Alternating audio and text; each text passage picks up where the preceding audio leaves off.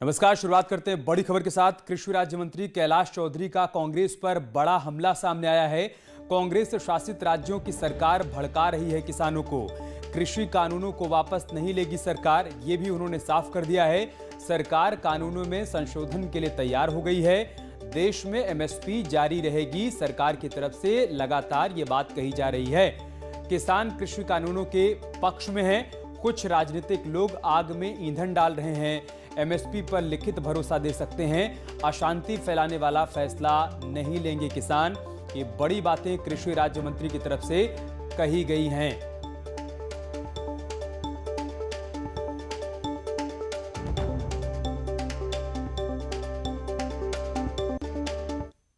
मुझे जो लगता है कि किसान के हित का इतना बिल है, लेकिन इसके बावजूद इसके अंदर कांग्रेस की सरकार और जो विपक्ष है वो इनको भड़काने का काम कर रहे हैं। और आज देश के किसान हैं वो नरेंद्र मोदी जी की इन योजनाओं के ऊपर सहमत है, लेकिन कुछ राजनीतिक लोग इसके अंदर आग में घी झोंकने का काम कर रहे हैं। लेकिन मुझे पूरा विश्वास है नरेंद्र मोदी जी के नेतृत्व के ऊपर, और किसानों पर भी मुझे भरोसा है कि किसान ऐसा निर्णय नहीं लेंगे कि जिससे कि देश के अंदर कहीं पर भी अशांति हो। इधर किसान आंदोलन का आज 11वां दिन है। किसानों की सिंधी बॉर्डर पर बैठक लगातार जारी है। बैठक में आंदोलन पर रणनीति तैयार की जा रही है। नोएडा दिल्ली चिल्ला बॉर्डर बंद है। दिल्ली गाजियाबाद बॉर्डर पर भी किसान डटे हुए हैं। 8 तारीख को किसान भारत बंद का ऐलान कर चुके हैं। कांग्रेस ने भारत बंद को समर्थन भी दे दिया है। ये बड़ी खबर हम आपको बता रहे हैं। आज का बड़ा अपडेट यही है कि दिल्ली की तमाम सीमाओं पर अभी भी किसान डटे हुए हैं। चर्चा कर रहे हैं कि आगे की रणनीति कैसे तैयार की जाए और अपने आंदोलन को कैसे आगे बढ़ाया जाए। नोएडा चिल्ला बॉर्डर की तस्वीर हम आपको दिखा रहे हैं, जहां पर पुलिसकर्मियों से बातचीत भी हो रही है किसानों की। पुलिसकर्मी समझाने का प्रयास कर रहे हैं कि किसी प्रकार से कोई अराजक स्थिति उत्पन्न ना होने दी जाए, आम लोगों को आने जाने में कोई परेशानी ना हो। दूसरी तस्वीर आप दिल्ली गाजियाबाद बॉर्डर की देख रहे हैं। यहाँ पर भी किसानों का जत्था मौजूद है। आंदोलन को कैसे और गति दी जाए, कैसे उसे पैनापन दिया जाए, इन तमाम मसलों को लेकर चर्चा चल रही है किसानों के बीच। और साथ ही साथ 8 तारीख के भारत बंद को कैसे सफल बनाया जाए, इस बात पर भी चिंतन मंथन कर रहे हैं किसान। बिल्कुल, देखिए यही वो रास्ता था। दिन सरकार चाह लेगी उस दिन हो जाएगा, अभी सरकार नहीं चाह रही। ठीक है, उसको ये आंदोलन हल्के लग रहे हैं, लेकिन जिस तरह से एक ये चिंगारी पूरे गांवों में जा रही है और सरकार के खिलाफ निगेटिव फीलिंग जा रही है, तो उससे सरकार को आने वाले टाइम पर नुकसान होगा। और हमारे दो सहयोगी अनिल और अमित इस वक्त हमारे साथ लाइव जुड़ चुके हैं। गाजियाबाद दिल्ली बॉर्डर पर इस वक्त अमित मौजूद है, हम सीधा उनके पास चलते हैं। अमित, क्या अपडेट, क्या जानकारी है? किसानों से बातचीत हो पाई आपकी? क्या कहना है उनका? आगे की क्या रणनीति है उनकी? जी, मैं तो आपको बताना चाहूँगा, लगातार ये 11वां दिन है जब किसानों का यहाँ धरना चल रहा है। और उनका साफ तौर पे यही कहना है कि जो यहाँ बैठे हुए हैं किसान, ये इस बार आर पार की लड़ाई के मूड में है। हालांकि एक बैठक चल रही है, उस बैठक के बाद ही तय किया जाएगा कि किस तरह की रणनीति अगली होगी। इस दौरान कई दौर की वार्ताएं भी रही, जिनमें कोई निष्कर्ष निकल कर नहीं आया है। अभी आप देख सकते हैं ठीक मेरे पीछे भारतीय किसान यूनियन के जो राष्ट्रीय प्रवक्ता है राकेश टिकैत, वो यहाँ पर किसानों को समझा रहे हैं किस तरीके से रणनीति तय करनी है। उनका साफ तौर पर कहना यह है कि अगर हमारी मांगे नहीं मानी जाती हैं तो पूरे 40 दिन चाहे हमें यहाँ रहना पड़े, हम यहाँ रहेंगे।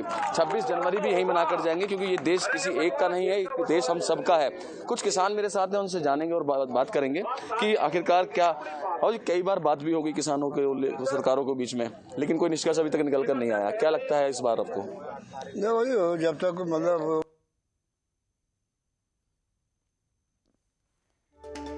ठीक है अमित, आप बने रहे हमारे साथ। एक बार हम रुक करते हैं अनिल का। अनिल, सरकार लगातार इस बात का आश्वासन दे रही है कि एमएसपी पर हम लिखित आश्वासन के लिए तैयार हैं। दूसरी बात यह भी कही जा रही है कृषि मंत्री की तरफ से कि हम मौजूदा कानून में संशोधन के लिए भी तैयार हैं। क्या इन बातों का किसानों पर कोई असर दिख रहा है, अगर आपकी उनसे बातचीत हो पाई हो तो?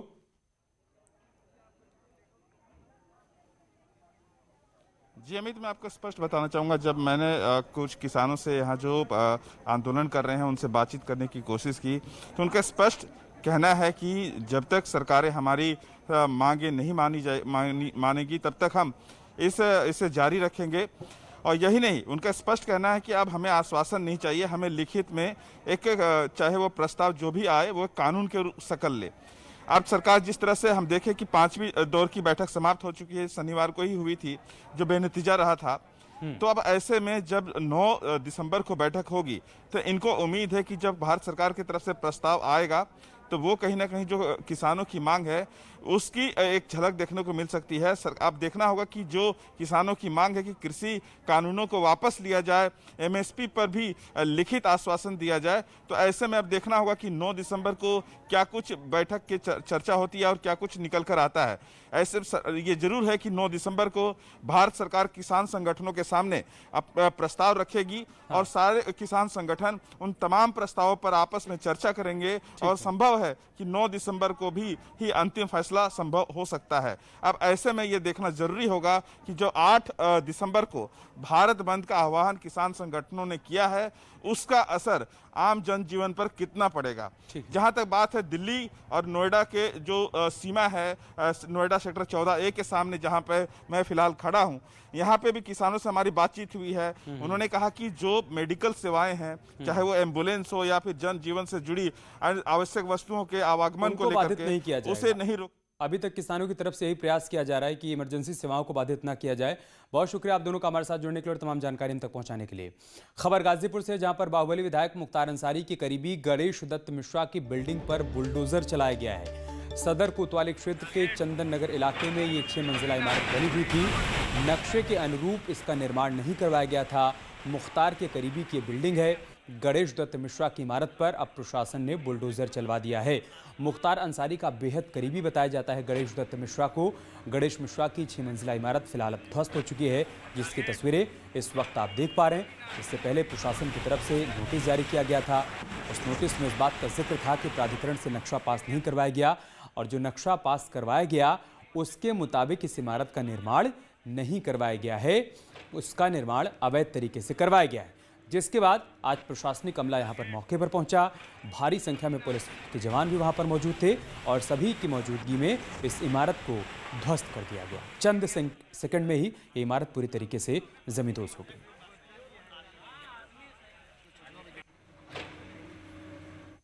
योगी सरकार के एंटी माफिया अभियान के तहत गाजीपुर में बाहुबली विधायक मुख्तार अंसारी के ऊपर लगातार एक्शन जारी है। इसी एक्शन के तहत आज गाजीपुर में मुख्तार अंसारी के खास करीबी गणेश दत्त मिश्रा की इमारत को ध्वस्त किया जा रहा है। गणेश मिश्रा की ये बिल्डिंग पूरी तरह से अवैध थी और नक्शे के अनुरूप नहीं बनाई गई थी, जिसके बाद जिला प्रशासन ने इस बिल्डिंग को एक ध्वस्तीकरण के आदेश दिए हैं और आज ये बिल्डिंग गिराई गई है। योगी सरकार के एंटी माफिया अभियान के तहत गाजीपुर में बाहुबली विधायक मुख्तार अंसारी और उसके गैंग पर लगातार एक्शन जारी है। इसी एक्शन के तहत आज गाजीपुर में बाहुबली विधायक मुख्तार अंसारी के खास करीबी गणेश दत्त मिश्रा की अवैध बिल्डिंग गिराई जा रही है। इस बिल्डिंग की जांच की गई थी और अवैध पाया गया था। इस बिल्डिंग का निर्माण नक्शे के अनुरूप नहीं किया गया था। 5 मंजिला इस इमारत की लागत लगभग 3 करोड़ रुपए है और जिला प्रशासन के आदेश के बाद आज इस पर सरकारी बुलडोजर चल रहा है। मनीष मिश्रा, न्यूज़ 18 गाजीपुर।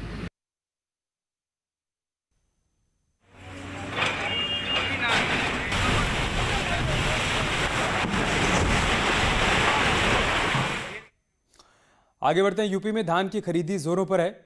1868 रुपये प्रति क्विंटल के समर्थन मूल्य पर धान खरीदा जा रहा है। सहकारिता विभाग के अपर मुख्य सचिव ने यह बताया है कि 21.5 लाख मीट्रिक टन धान खरीदने का लक्ष्य रखा गया था, जिसमें से 12,30,000 मीट्रिक टन धान अब तक खरीदा जा चुका है। यानी धान खरीद का 58% हिस्सा पूरा हो चुका है। विभाग की तरफ से कृषकों के भुगतान की स्थिति भी पहले से बेहतर हुई है। कृषकों से 2300 करोड़ का धान खरीदा गया है, जिसके बदले 1740 करोड़ रुपए का भुगतान काश्तकारों को अब तक किया जा चुका है। अभी तक 2,20,500 काश्तकारों से धान खरीदा जा चुका है। धान की जो खरीद है वो 15 फरवरी तक फिलहाल चलती रहेगी। धान क्रय का लक्ष्य देखा जाए तो सहकारिता विभाग के 3 संस्था जो इस कार्य में हमारा लगे हुए हैं, उनको 21.5 लाख मीट्रिक टन का क्रय करने का लक्ष्य है और जिसके सापेक्ष अब तक कल तक जो है 12,30,000 जो है मीट्रिक टन हम लोगों ने खरीद लिया, जो लक्ष्य के सापेक्ष लगभग जो है 58% है। और हमारा पेमेंट स्थिति भी, कृषकों के भुगतान की स्थिति भी ठीक हो गई। चलिए सीधे आपको लखनऊ लेकर चलते हैं, जहां पर अम्बेडकर महासभा के कार्यक्रम में सीएम योगी इस वक्त संबोधित कर रहे हैं। और आज जिस पुस्तक जिसका कुछ देर पहले विमोचन हुआ है, डॉक्टर अंबेडकर और जोगेंद्र नाथ मंडल, इस पुस्तक के संकलनकर्ता सुविख्यात साहित्यकार श्री पवन पुत्र बादल जी, उपस्थित भाइयों बहनों, मैं सबसे पहले भारत माता के महान सपूत भारत रत्न बोधिसत्व बाबा साहब डॉक्टर भीमराव अंबेडकर जी को आज के इस महापरिनिर्वाण दिवस के अवसर पर प्रदेशवासियों की ओर से विनम्र श्रद्धांजलि देते हुए इनकी स्मृतियों को कोटि कोटि नमन करता हूं। वास्तव में इस प्रकार का महान मानव मानवता के उद्धार के लिए कभी कभी ही इस धराधाम पे आकर के अपने व्यक्तित्व से, अपने कर्तृत्व से कुछ ऐसे प्रमाण छोड़ जाता है जो आने वाली पीढ़ी के लिए एक प्रेरणादायी होता है। और निसंदेह बाबा साहब भीमराव अंबेडकर जी ने मानवता के कल्याण का जो मार्ग प्रशस्त किया, उसी का परिणाम है कि पूरा देश और पूरी दुनिया उस महामानव के प्रति कृतज्ञता ज्ञापित करते हुए उनके प्रति विनम्र श्रद्धांजलि और श्रद्धा का भाव, सम्मान का भाव रखता है। आज का ये कार्यक्रम हमारे लिए अत्यंत महत्वपूर्ण है, और महत्वपूर्ण इसलिए कि वैश्विक महामारी कोरोना के बावजूद इतनी बड़ी संख्या में हम लोग एक बार फिर से अंबेडकर महासभा के इस कार्यक्रम में उपस्थित हुए हैं। मुझे याद है अप्रैल में, जब 14 अप्रैल 2020 को हम लोग कार्यक्रम में भागीदार नहीं बन पाए थे। लॉकडाउन के कारण कोरोना संक्रमण को नियंत्रण करने के लिए जो अभियान देश के अंदर प्रारंभ हुआ था, उसी अभियान का वो क्रम था। लेकिन कोरोना पर काफी हद तक नियंत्रण करने के बाद केंद्र और प्रदेश सरकार के द्वारा जो गाइडलाइन जारी की गई है, उस गाइडलाइन के क्रम का पालन करते हुए इतनी भारी संख्या में आप सबकी उपस्थिति बाबा साहब भीमराव अंबेडकर के प्रति अपने श्रद्धा और सम्मान को व्यक्त करता है। मैं इस अवसर पर आप सबका हृदय से अभिनंदन करता हूं। भाइयों बहनों, हम सबको इस बारे में समझना होगा कि बाबा साहब भीमराव अंबेडकर महान बने, लेकिन उनके समकक्ष और उसी कालखंड के दौरान दलितों की आवाज को बुलंद करने वाले श्री जोगेंद्र नाथ मंडल को वह सम्मान नहीं मिल पाया। आखिर क्यों? कोई बात जरूर रही होगी, और ये पुस्तक डॉक्टर अंबेडकर और जोगेंद्र नाथ मंडल उसकी बहुत स्पष्ट व्याख्या करता है, हर एक की आंखों को खोलने वाला है। बाबा साहब भीमराव अंबेडकर ने बचपन से सामाजिक अन्याय झेला, छूत का दंश झेला, अपमान सहा। जब उन्हें अपनी उच्च पढ़ाई करने के बाद, उच्च शिक्षा अर्जित करने के बाद वे वापस भारत आए और उन्होंने फिर से अपनी आजीविका के लिए संघर्ष करना प्रारंभ किया, तब भी भेदभाव और सामाजिक अस्पृश्यता उनका पीछा नहीं छोड़ पाई। लेकिन इस सब के बावजूद उन्होंने कभी हिम्मत नहीं हारी। देश के स्वत्व को पहचाना, देश के मूल्यों और आदर्शों के प्रति गहरी निष्ठा रखते हुए देश के अंदर दलितों, वंचितों, गरीबों और समाज के प्रत्येक तबके को आगे बढ़ने के लिए वे निरंतर प्रयत्नशील रहे। स्वयं अपमान झेलते रहे, लेकिन एक बड़े समुदाय को अपमान से बचाने के लिए संघर्ष भी करते रहे।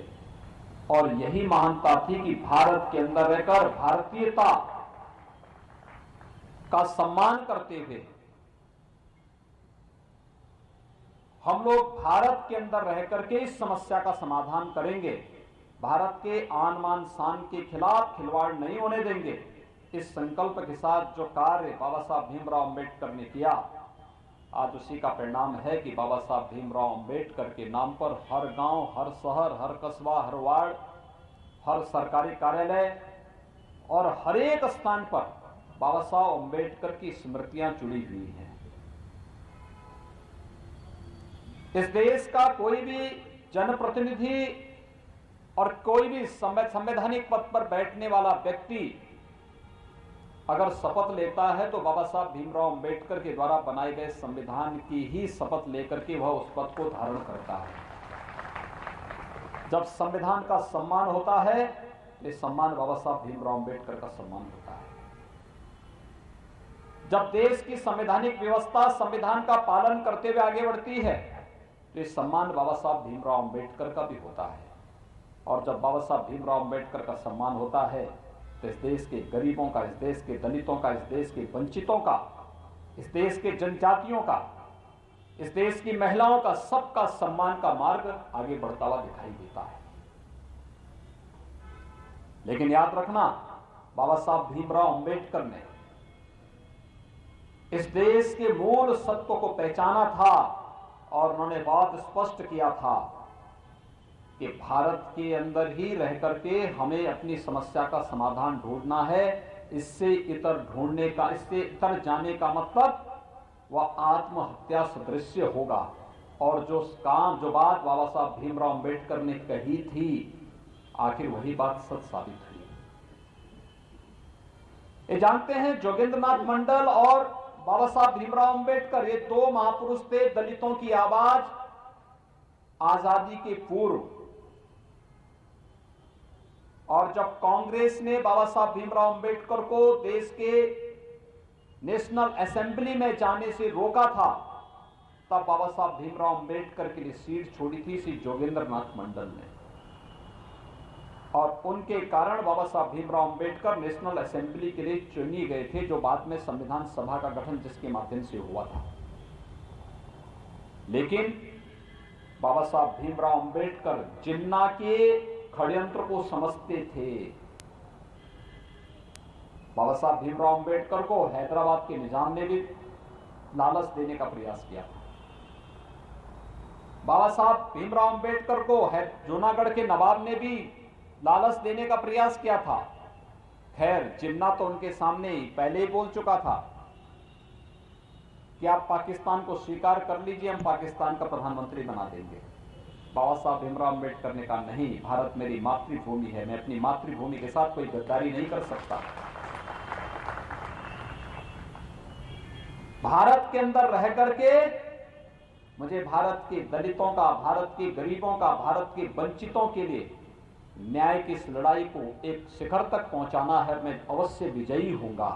आज भाइयों बहनों, दलितों, वंचितों, गरीबों के लिए शासन कल्याणकारी योजनाएं बनाता है, तो उसकी पृष्ठभूमि कहीं से प्रारंभ होती है, तो बाबा साहब भीमराव अंबेडकर से प्रारंभ होती है।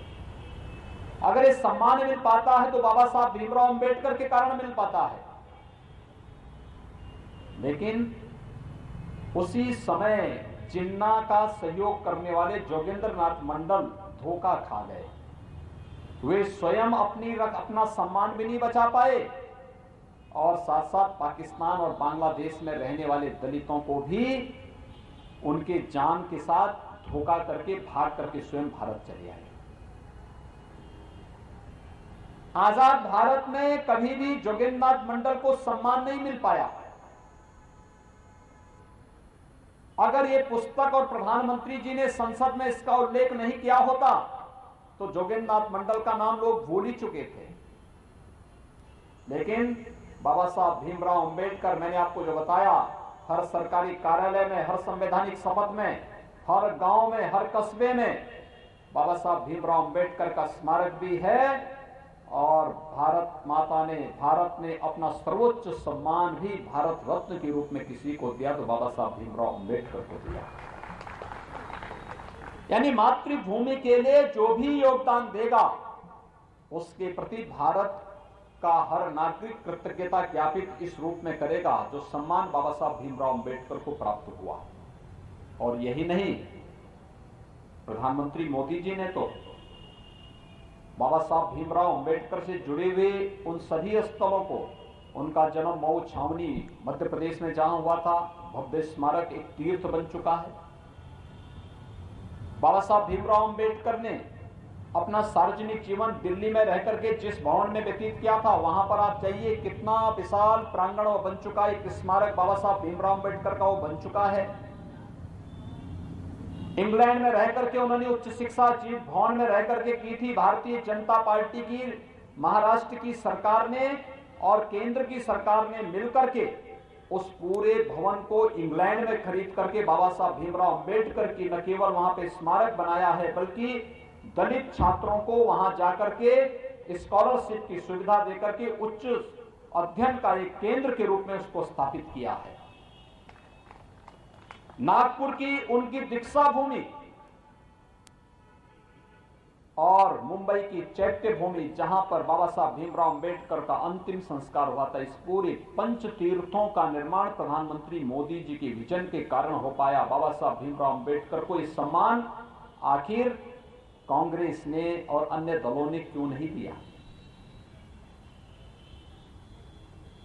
आज आप देखते होंगे प्रधानमंत्री मोदी जी की एक एक स्कीम जब निकलती है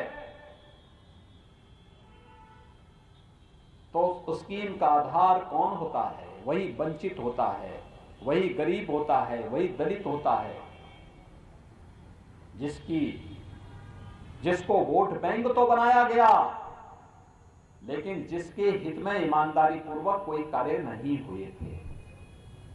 आज प्रधानमंत्री आवास योजना में उत्तर प्रदेश के अंदर हम 35 लाख गरीबों को एक एक आवास, प्रधानमंत्री आवास उपलब्ध करा रहे हैं। आप हर गांव में जाकर के देखिए, आपको गरीबों के, दलितों के मकान प्रधानमंत्री आवास योजना में बनते हुए दिखाई दे रहे होंगे। कोई भेदभाव नहीं। नारी गरिमा का प्रतीक, स्वास्थ्य के प्रति हर व्यक्ति को हम जागरूक कर सके। स्वच्छ भारत मिशन में देश के अंदर 10 करोड़ गरीबों के लिए बना एक एक शौचालय। और इस बीच एक बड़ी खबर मथुरा से आ रही है, जहां पर ऊर्जा मंत्री श्रीकांत शर्मा ने कुंभ मेला स्थल का निरीक्षण किया है। श्रीकांत शर्मा ने संतों के साथ चर्चा भी की है। केशी घाट से देवराहा तक नाव से उन्होंने यात्रा की है। 14 फरवरी से 28 मार्च तक कुंभ मेला होगा। उन्होंने भरोसा दिलाया है कि फंड की कमी नहीं होने दी जाएगी। घाट तक उन्होंने नाव पर बैठकर बाकायदा निरीक्षण किया है, साधु संतों के साथ यहां पर बातचीत की है, मेले के लिए की जा रही व्यवस्थाओं को बारीकी से परखा है। हर शनिवार को मेला क्षेत्र का निरीक्षण करेंगे, इस बात को उन्होंने सुनिश्चित किया है। कुंभ मेला की व्यवस्थाओं के लिए बजट की कमी नहीं आने दी जाएगी। केशी घाट से देवराहा घाट तक नाव के सहारे उन्होंने यहाँ पर बाकायदा बहुत ही बारीकी से निरीक्षण किया। आपको ये भी बता दें कि 14 फरवरी से 28 मार्च तक वृंदावन में कुंभ मेले का आयोजन किया जाएगा।